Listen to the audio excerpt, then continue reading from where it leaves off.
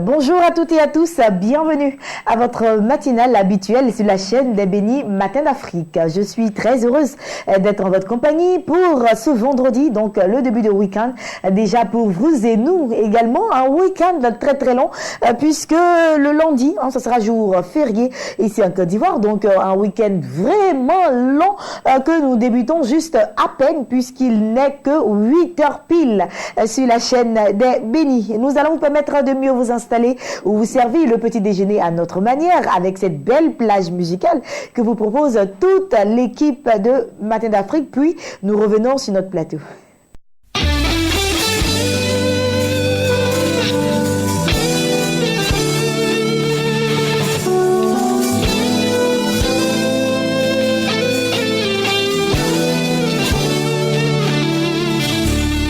Que tu es beau, Seigneur.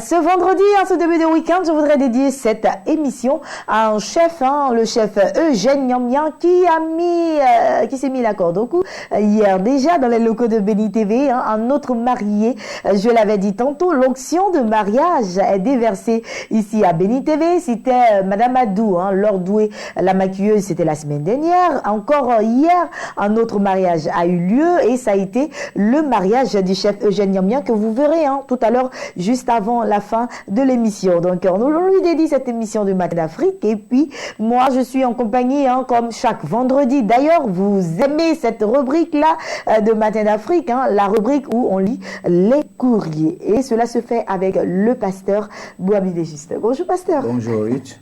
Bienvenue sur le plateau. C'est vrai, les mariages plus africains à Béni TV. Mais le prochain sur la liste, c'est qui? Parce que le prochain sur la liste, c'est moi qui donne voilà, les trucs. Bon, d'accord. Alors, c'était Laure aujourd'hui. Hier, c'était Eugène. Le prochain, ce sera entre Agathe Julie Yapo ou bien qui encore sur la liste? Bon, je sais pas. Lucien peut-être. Non, celui-là, il est encore très loin.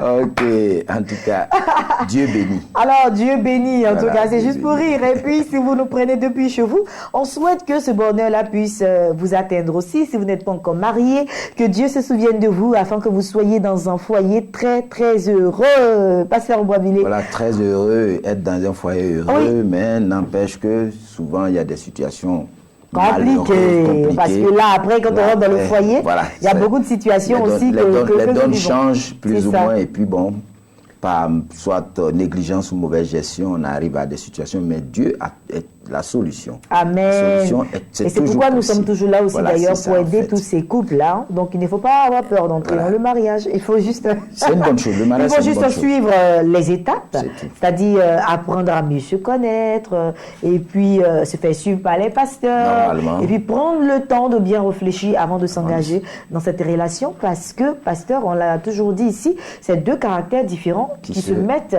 dans une relation. Ils doivent s'aiguiser et puis retrouver le bon tempo. Voilà, c'est pas facile du tout, mais bon, c'est possible. Par la grâce de Dieu, tout est possible. Voilà. Allez, c'est quoi l'histoire aujourd'hui? C'est une dame qui nous a écrit et nous avons essayé de changer certains faits. En fait, en substance, le problème, il est là. Mais pour ne pas qu'il y ait des soupçons, qu'on sache, il paraît qu'on dirait que c'est l'affaire de tel. Donc, avec son accord, nous avons essayé de changer certaines choses. Elle dit, je vis une situation dramatique. Et mon époux et moi sommes mariés depuis 15 ans. Et nous avons 3 enfants, 2 garçons, 1 fille. Et depuis un certain temps, mon époux entretient des relations intimes avec une amie qui était avec nous à la maison. Elle, divorcée. Elle vivait avec un homme. Et cet homme-là l'a conduite. C'est-à-dire, ils se sont séparés. Donc, elle a trouvé refuge chez le couple en question. Donc, ils étaient vraiment bien, c'était bien, très proches. Mais il est arrivé qu'elle a commencé à avoir des relations intimes avec le mari de sa camarade. À l'insu de cette... Qui l'a invité, la dame, lorsqu'elle a eu des problèmes et qu'elle est venue rejoindre le couple? Elle dit qu'elle en a parlé à son mari et il a dit, bon, il n'y a pas de problème, bon, elle peut venir. Ah, c'était sa copine en fait? La copine. C'était l'amie de la dame? De la dame. D'accord. Voilà, donc elle l'a soupçonné et ça s'est avéré, disons, je dirais vrai. Donc...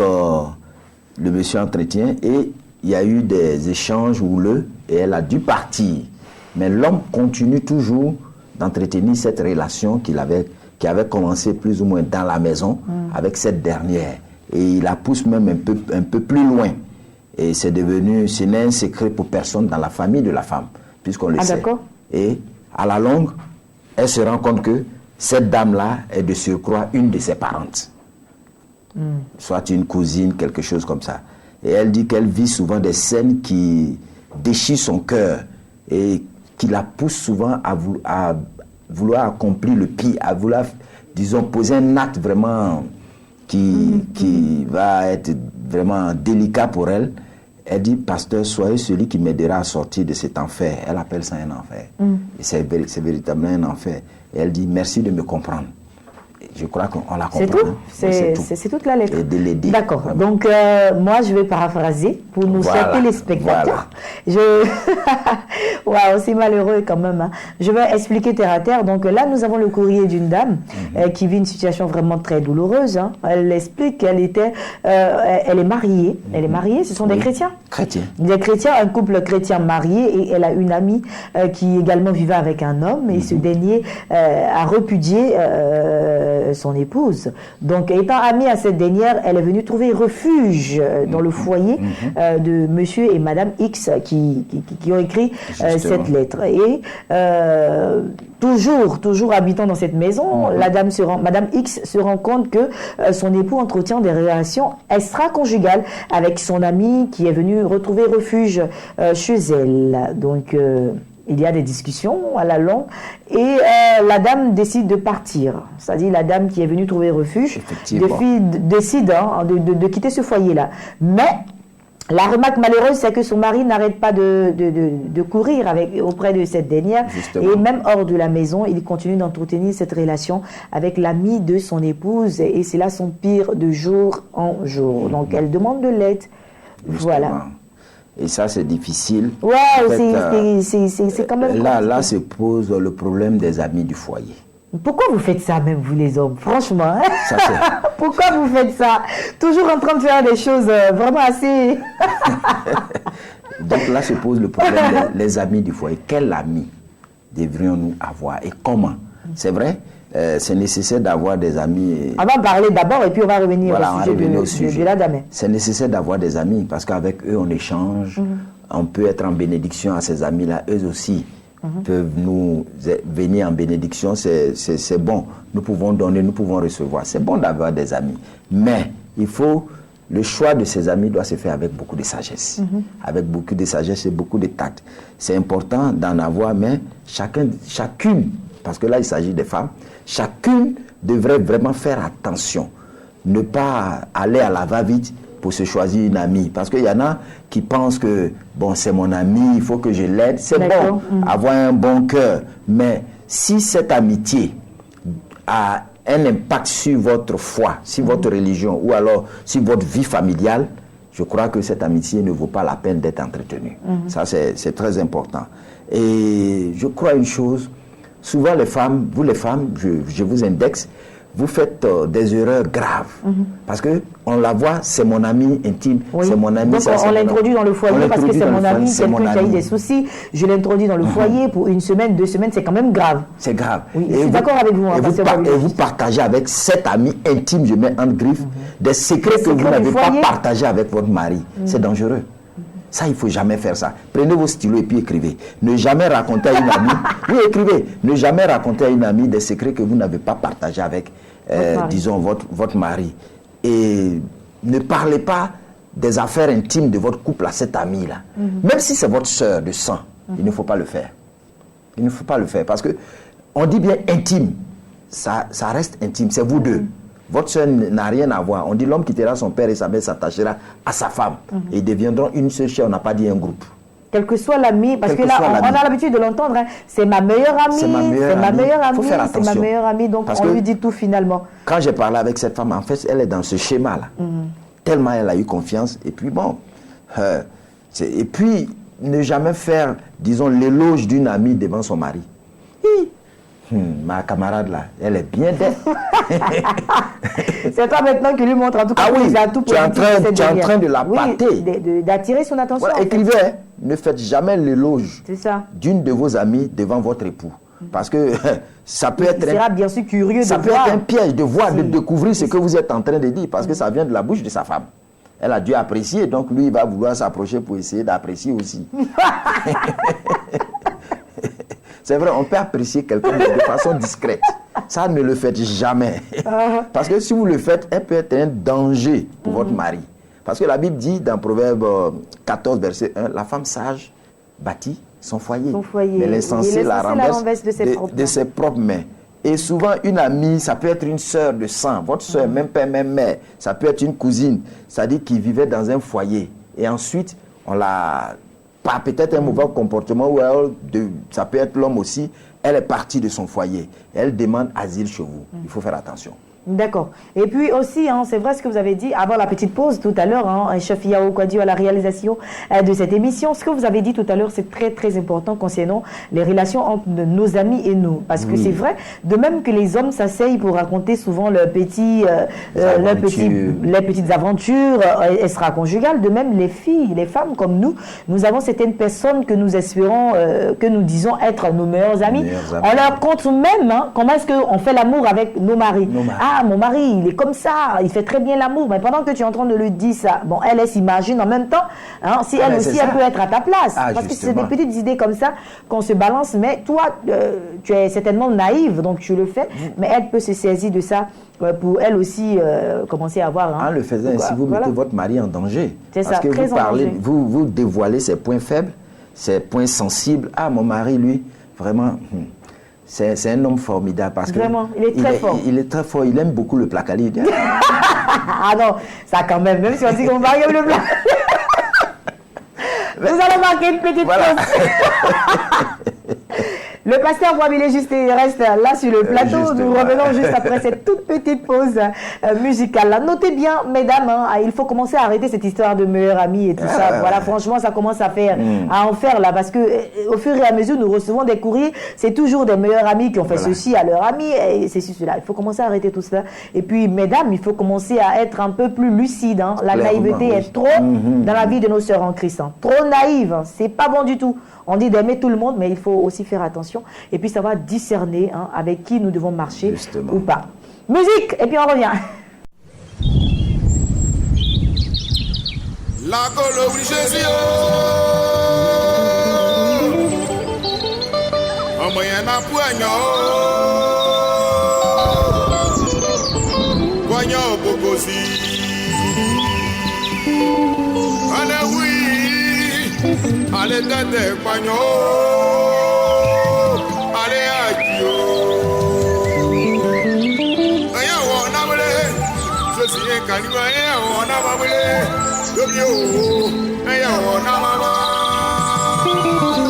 Moi j'ai Jésus en moi, je peux me faire sorcier, je peux me faire un défunt.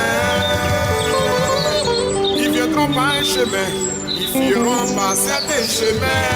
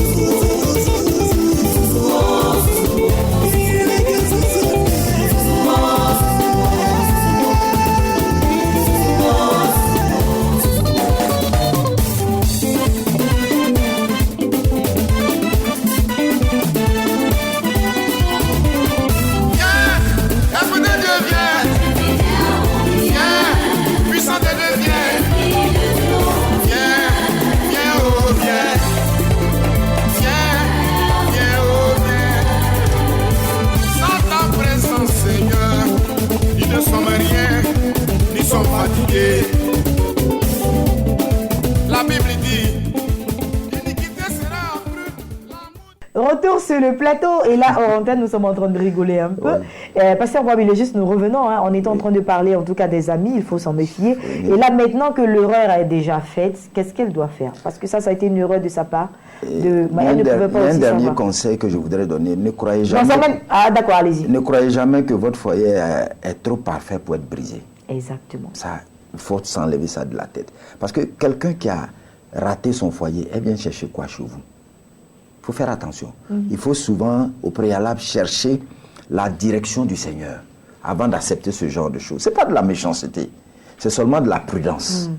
Voilà, pour éviter qu'un jour on nous écrive aussi pour nous dire que voilà, il y a chose. Nous ne souhaitons pas ça surtout. Mais quand ça vient, on essaie d'aider. Donc, mes mamans, mes soeurs, faites attention.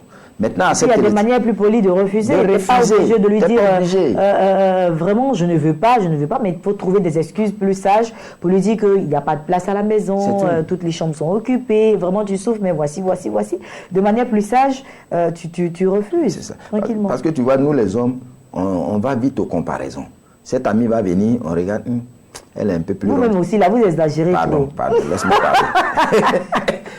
Il regarde et dit, elle a un peu les pieds plus gros que celui de ma femme. Donc on va vite au comparer. Il faut faire très. Et elle aussi, vous savez, c'est l'intuition. On ne peut jamais savoir si elle se rendra compte que le monsieur. Vous êtes heureux dans votre foyer. Elle se rendra compte que le monsieur commence à s'intéresser à moi. Et elle va ouvrir un peu plus. Et puis bon. C'est parti. Le drame. D'accord. On y va avec les conseils. Bon, cette dame, je crois que c'est dommage. Bon, nous reconnaissons que c'est une source de difficulté. C'est qu'elle vit. Mais il faut que, si elle a essayé de parler de ça, de ce sujet avec son époux, et que cela n'a rien apporté, je crois qu'elle ne doit pas insister. Elle doit s'arrêter. Elle doit s'arrêter parce que ce genre de choses-là, quand tu en parles, quand une femme en parle avec son époux, ça le met de mauvaise humeur, directement. Non, puisqu'il ne veut pas changer, donc du coup, il est énervé. Il est culpabilisé. Voilà. Culpabilisé. Donc, si elle a parlé avec lui qui se met de mauvaise humeur, qu'elle arrête. Le remède, c'est la foi et la prière. Ça, il n'y a pas un autre remède. Elle est chrétienne. La foi, qu'elle croit que la situation peut changer. De même qu'elle a cru que ce monsieur-là est son époux et qu'ils vivra ensemble jusqu'à la fin de l'heure, jusqu'à ce que la mort les sépare, qu'elle croit aussi que ce monsieur-là peut arrêter, que c'est une situation sans lendemain avec l'autre et qu'il reviendra de meilleurs sentiments. Qu'elle prenne ça comme quelque chose qui va passer. Moi, je sais de quoi je parle quand je dis ce genre de choses-là. Si elle veut agir dans la chair et puis imposer son point de vue, elle va perdre son mari. Elle va perdre son mari. Elle risque de blesser quelqu'un ou alors elle-même d'être blessée. Tu vas aller voir le monsieur, tu as dit, mais moi je t'ai vu, tu lui as donné tant, je l'ai vu dans la voiture. Il va dire, mais et après, ça te regarde. C'est ça. Parce qu'au point où il est là, elle a dit tout à l'heure, il se cache même plus. Il se cache même donc plus. au point où ils en sont, je pense qu'elle doit tout laisser tomber entre les mains du Seigneur. Il faut laisser le Seigneur agir. Et je crois que quelque chose va se passer. Amen. Quelque chose va se passer. Et c'est un privilège de connaître le Seigneur. Yes. Lui seul sonde les cœurs. Amen. Ma soeur, ton mari là, c'est un petit. Le Seigneur va briser ce cœur de pierre. Amen. Voilà, il va le briser et tu retrouveras ton mari. Amen. Sois sereine. Agis sereinement. Ne t'affole pas. Ne te jette pas sur les situations pour essayer d'apporter ton point de vue. Il peut dire des choses qui ne vont pas te plaire. Mais ne contredis pas ce qu'il dit. Même si tu n'es pas d'accord avec ça, ne contredis pas ce qu'il dit. Va dans le même sens. C'est ton époux. Elle est dehors. Elle joue le second rôle, remplaçante. De toute façon, on l'a déjà chassé une fois, on va la chasser une deuxième fois. Ça, c'est clair. Elle dit on va la chasser une deuxième fois. Mais là, on ne la chassera pas parce que ce n'est même pas sa place. C'est même pas sa place. D'accord. Voilà, alors, moi, ce que je voulais dire, Pasteur Boabélé, juste à la dame, vraiment, je suis de tout cœur avec vous. C'est une situation très, très, très, très difficile. Je suis sûre qu'au travers de ce courrier-là, beaucoup de femmes se sentent concernées ce matin et traversent la même situation. Je pense que quand on arrive à bout de nos forces, quand on ne sait plus quoi faire, il faut juste faire l'effort de fléchir genoux parce que ce n'est pas aussi facile quand on a tellement de problèmes de pouvoir fléchir genoux et de prier, mais il faut faire l'effort. Parce que là où vous êtes, que vous expliquez à tout le monde entier, ça ne changera rien. Il faut juste fléchir genoux, reconnaître devant Dieu que vous avez commis une erreur, d'avoir pris cette dernière-là en pensant bien faire quand même, d'avoir pris cette dernière chez vous, et puis que Dieu vous aide, qu'il intervienne. Parce que ce qui est à votre avantage, c'est que cet homme est à vous. Vous êtes mariés légalement, et le fait que vous soyez mariés légalement vous donne tous les droits dans le spirituel de reconquérir votre époux. Il faut prier. Et puis, comme je l'ai dit, j'ai sorti le mot, il faut le reconquérir. C'est-à-dire que arrêtez les histoires, ne faites plus de palabres, ne vous occupez plus de celle qui est dehors. Si elle veut même qu'elle vienne devant votre portail, je ne sais pas moi, mais arrêtez de faire des histoires. Dans la prière, reprenez votre calme et puis occupez-vous de votre époux. Quand il rentre, faites à manger. Donnez-lui à manger s'il ne veut pas. Ah, tu ne veux pas manger, chérie, mais pourquoi? Ah non, je ne veux pas, même s'il crie, tout ça. Ah, d'accord, tu retires ton repas, tu vas le déposer. Tranquillement, tu t'occupes de tes enfants, si tu as tes enfants, mais dans la prière, tu continues de pouvoir toujours prier le Seigneur, de pouvoir dire à Dieu de ramener le cœur de ton époux. Dieu le fera par la prière, mais aussi par ton attitude. Mais si tu continues, comme le pasteur Boabélé juste l'a dit, à lui taper là-dessus, à lui taper là-dessus, à lui taper là-dessus, au fur et à mesure que les histoires vont continuer, il va partir chez l'autre. Donc, montre-lui plus d'amour, plus de douceur, plus de sérénité, et tu verras que tu auras la victoire dans ce combat que tu es en train de mener. On te soutient en prière, nous sommes de tout cœur avec toi, et puis au travers de toi, nous pensons à toutes ces femmes-là qui traversent des moments difficiles. Prenez courage, comme le pasteur l'a dit. En tout cas, je te tire le chapeau. Je n'avais même pas besoin d'être ici. Tu t'es pas écouté, mais c'était parfait. Ça, c'est conseil de femme. Amen. Oui.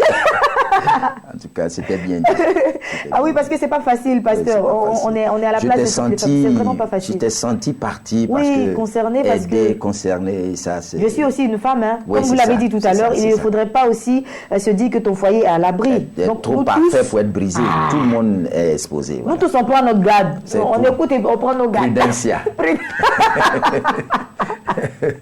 En tout cas, merci pour tes conseils aussi concernant les amis. Moi aussi, j'ai apprécié. Merci beaucoup. On a noté, j'ai pas noté, mais j'ai retenu dans la tête. Hein. Il faut éviter cela. Donc, j'espère que vous avez retenu. Pasteur, on va laisser les messages parce que je suis sûr qu'aujourd'hui, là, après ce temps d'antenne, beaucoup vont t'appeler aussi pour. Ça, c'est sûr, ça, c'est sûr. Les SMS vont pleuvoir. 07 04 54 07. C'est le seul numéro. Allez, nous attendons vos réactions. Et puis, si vous traversez aussi ces moments-là, il faut nous en parler. Ça fait du bien aussi d'en parler. Et puis, n'oubliez pas de soutenir Madame X, qui traverse ce moment difficile, pour qu'elle puisse nous réécrire et nous dire que tout va bien dans son foyer. C'est ce que nous espérons. Allez, merci infiniment, Pasteur Boisbilé Juste. Je salue Maman. Juliette. Maman, voilà. Moi, je failli dire Roméo et Juliette. Maman Juliette, je lui fais un gros coucou. Maman Juliette, merci de nous suivre tous les jours sur la chaîne des Bénis. Quant à moi, je vous avais promis quelques images concernant le mariage du chef Eugène Yamyan. C'est notre chef, c'est notre directeur de programme ici à la Maison des Bénis. Chose promis, chose due. Voici. Je veux te dire que je t'aime, Seigneur. Pour tous tes bienfaits, je veux t'adorer et te louer, Seigneur. Et devant ton peuple, je veux t'adorer et te louer, Seigneur. En de tels moments, je veux t'adorer et te louer, Seigneur.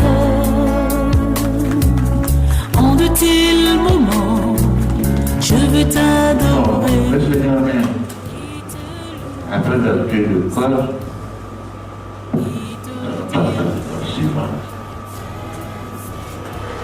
nous devons déclarer si vous optez pour le régime de la séparation des biens ou des communautés des biens. Communauté des biens. Communauté des biens.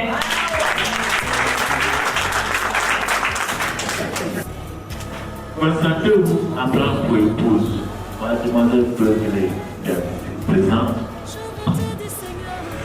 Oui.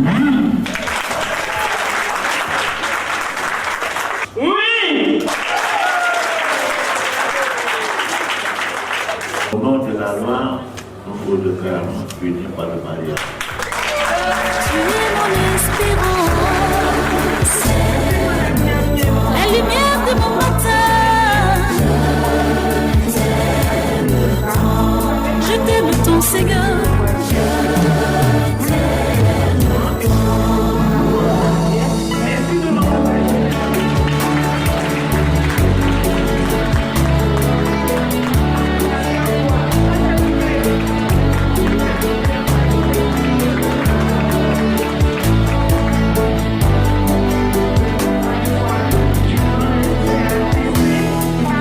En de tels moments, je veux t'adorer et te louer, Seigneur. En de tels moments, je veux t'adorer et te louer, Seigneur. Et te dire je t'aime, Seigneur.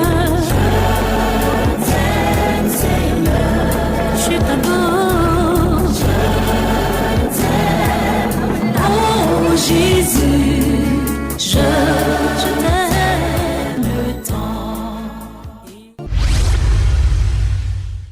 Voilà, félicitations au couple Nyamia. Et puis, l'appel est lancé, comme je l'ai dit, onction est déversée, donc il faut prendre les gars. Monsieur Adsi, Yao Kwadio, Lucien Yoboué, Honorine Adam, Canet, c'est déjà bon. Voilà, et puis bon, vous le reste, on vous attend. Il faut faire ce qu'il faut. Voilà.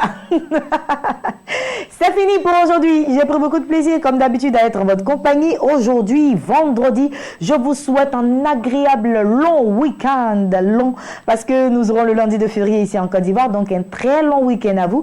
Amusez-vous bien, reposez-vous bien, partez dans la présence du Seigneur. Mais tout cela, faites-le sous la couverture du Saint-Esprit. Ne manquez surtout pas de sortir de chez vous en recommandant toutes choses entre la main du Seigneur. Et puis, si vous êtes à la maison, bien entendu, posez votre télévision sur le 193 du canal Horizon. Vous trouverez bien sûr la chaîne des bénis 24 heures sur 24. Nous serons là et nous servons Christ avec beaucoup de joie. À lundi.